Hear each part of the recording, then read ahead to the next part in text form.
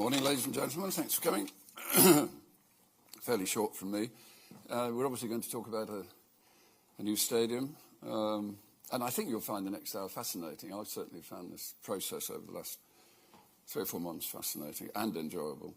But if I can set the scene first, in January, the government announced its growth plans for this term, of which there were 3 main pillars.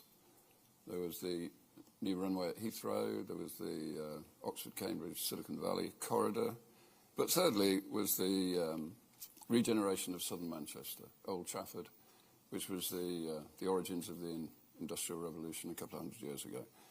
And that regeneration scheme, if it proceeds, will be the largest regeneration scheme in Europe. And Rachel Reeves described it as a shining example of our growth plans for the country. Past governments have sponsored a number of these regeneration schemes, but they've all predominantly been in and around London. We've obviously had the Olympic Village, which Seb obviously was very much at the heart of, Canary Wharf, King's Cross, Wembley, O2, a whole series of regeneration schemes, but nothing really. There have been 1 or 2 smaller ones in the north, but nothing of the scale of what we've seen in London. But this will be it'll be the first of this scale in the north of England. So with a project of this scale, a regeneration project of this scale, it needs to have a catalyst or a nucleus, otherwise it just becomes a new housing estate with a shopping centre.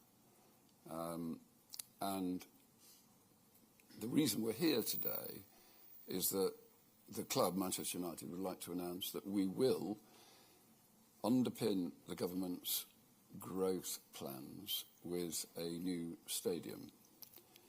But it's not just a new stadium, it's a bit more than just a new stadium, because it's obvious that the more iconic or the more extraordinary that the stadium is, the more successful the regeneration scheme will be. And I think a really good example is the Eiffel Tower. Everybody knows, everyone around the world knows of the Eiffel Tower, and I'm sure there are many people here who've visited the Eiffel Tower. You go to Paris, you stay in a hotel, you spend money. We have 1 billion people around the world who follow Manchester United, and they will all want to visit this stadium. You will see the design in a moment, and you can take your own view as to how iconic you think it is. But I think everybody in the world who's interested in football, who's interested in Manchester United, will want to come and visit this stadium. I think it will create enormous value for the north of England and for Manchester. And Oxford Economics, who've done a study on it, reckon that that would be in the region of £7 billion per annum. United is the world's favourite football club, in my view. It's arguably the biggest, and it deserves a stadium befitting of its stature. The Premier League is indisputably the best football league in the world, maybe the best sports league in the world, and it must have a stadium that's at least the equal of the best in Europe. And today it has some great stadiums, but it doesn't have a Bernabeu and it doesn't have a Nou Camp.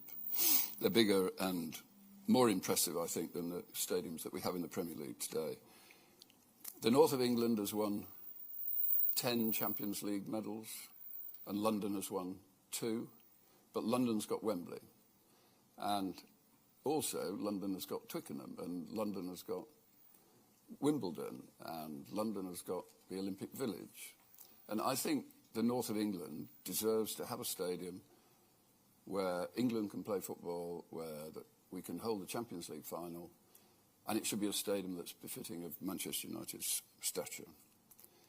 If the government really gets behind this regeneration scheme, then we, with Norman Foster's vision, Norman, in my view, is the greatest architect in the world, we will build an iconic football stadium. Thank you.